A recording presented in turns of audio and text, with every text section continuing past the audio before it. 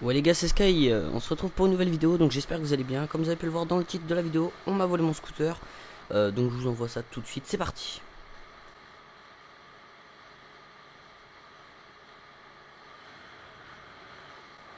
Ouais, du coup je vais vous expliquer comment ça s'est passé. En gros, on était dans une ville et tout, et j'étais avec, c'était ma copine à ce moment là, mais en fait maintenant c'est mon ex, enfin bref on s'en bat les couilles.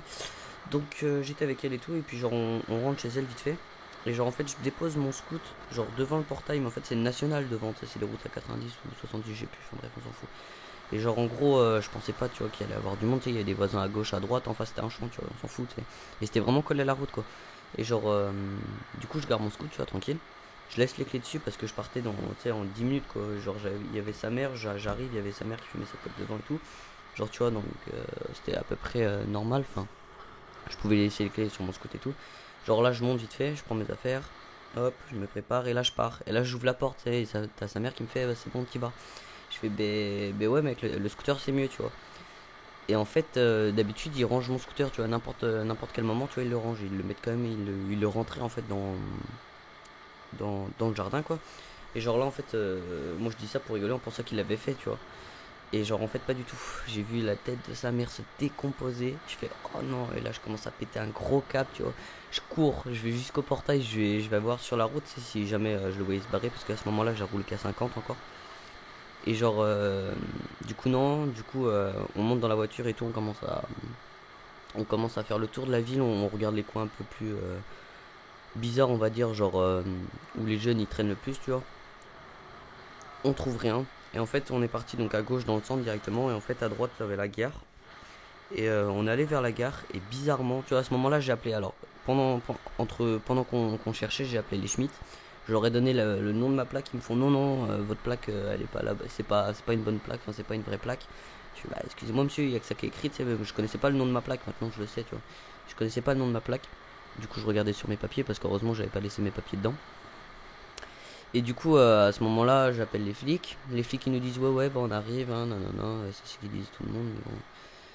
Ça met 1 heure à venir. J'ai appelé mes parents, et en fait pour aller dans cette ville, il y a de chez moi en fait. En gros, t'as une grande route, tu peux tourner à gauche, t'arrives le plus proche de chez nous. Tu peux arriver plus loin à la gauche, et ce sera à l'autre bout de la ville quoi, en gros, et tu rentreras par les deux rentrées, les deux sorties quoi, pareil. Et genre en gros, je voulais, si jamais il se barrait de la ville, je voulais le bloquer, tu vois, je voulais que mes parents le bloquent. Donc du coup on fait ça, mon père il prend la plus grande, ma mère la plus courte. Il était quoi, 23 heures à peu près, je pense. Je me rappelle plus trop parce que ça date en vrai, hein, ça date de il y a peut-être bien 2 mois.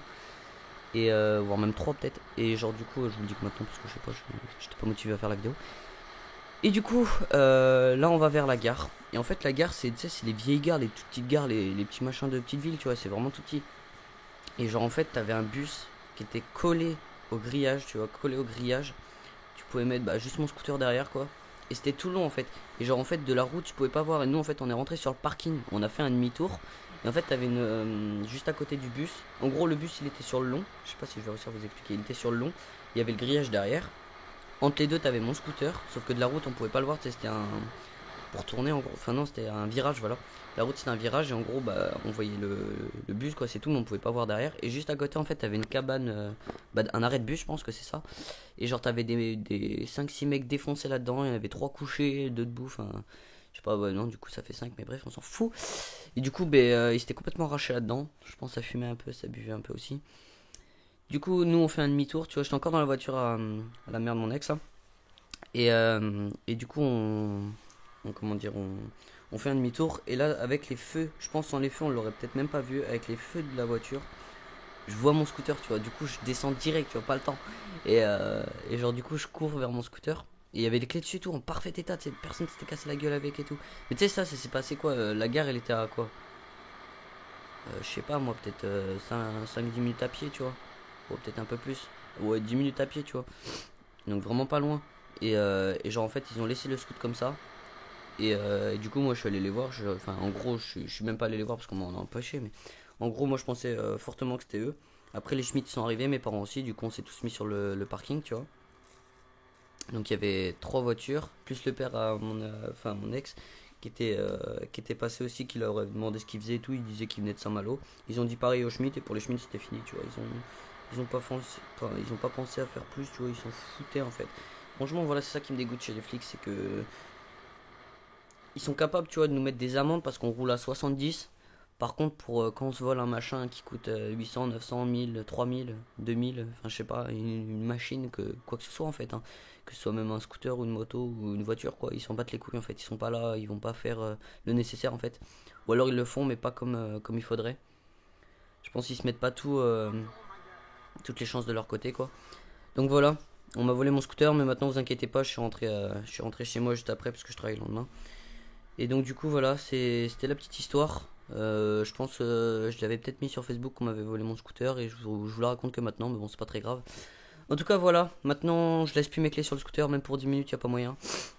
Je laisserai plus mes clés sur le scooter, je pense ne faites pas pareil, même si vous pensez que c'est un coin perdu ou quoi que ce soit, non franchement le faites pas.